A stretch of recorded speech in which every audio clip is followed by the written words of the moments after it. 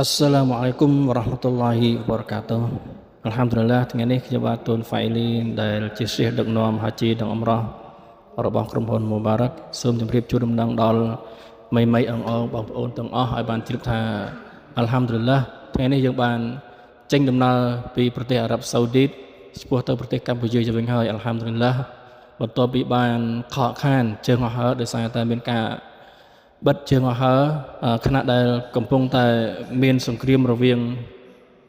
អ៊ីរ៉ង់ហើយនិងអ៊ីស្រាអែលអញ្ចឹងក្រុមហ៊ុនអាកាសចរអ៊ីទីហាតដែលមានជើងអស់ហើយពី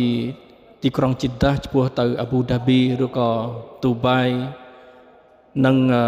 គូវេតនិងរិនហោមួយចំនួនទៀតត្រូវបានបិទដោយសារតែដើម្បីរក្សាសុវត្ថិភាពអញ្ចឹងពួកយើងបានរងចាំចំនួនរយៈពេល10ថ្ងៃនៅម៉ាកាសអល់ហាំឌុលឡាដែលអល់ឡោះស៊ុបហានវតាឡាបានផ្ដល់ឱកាសយើងបាននៅទៅដីម៉ាកាសថែមទៀតចំនួន10ថ្ងៃដើម្បីបានធ្វើអាម៉ាល់អ៊ីបាដាតអ៊ុមរ៉ាហើយនិងការសាឡាតតារ៉ាវ៉េះនិងសាឡាតហ្វារទូផ្សេងទៀតនៅទៅដីម៉ាកាសអល់ហាំឌុលឡាហើយថ្ងៃនេះគឺយើងបានចេញដំណើរពីអារ៉ាប់សាអូឌីតទីក្រុងជីតាឆ្ពោះទៅប្រទេសកម្ពុជាយ៉ាងវិញដោយយើងបានដូរជើងអស់ហើយអញ្ចឹងការដែលដូរជើងអស់ហើយនេះគឺយើងខ្ញុំទាំងអស់គ្នាទទួលរ៉ាប់រងដោយខ្លួនឯង